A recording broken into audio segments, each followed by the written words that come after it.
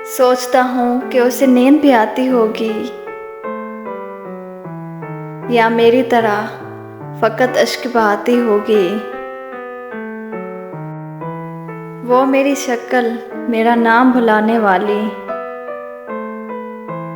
अपनी तस्वीर से क्या आँख मिलाती होगी।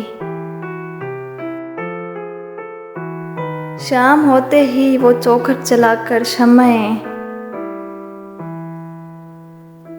अपनी पलकों पे कई ख्वाब सुलाती होगी। उसने सिलवा भी लिए होंगे स्याह रंग के लिबास, अब मुहर्रम की तरह ईद मनाती होगी। मेरे तारीक ज़मानों से निकलने वाली रोशनी तुझको मेरी याद दिलाती होगी।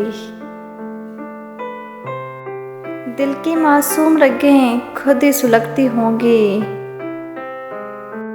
जो ही तस्वीर का कोना वो जलाती होगी। रूप देखकर मुझे उसमें किसी शहजादे का, अपने बच्चों को कहानी वो सुनाती होगी।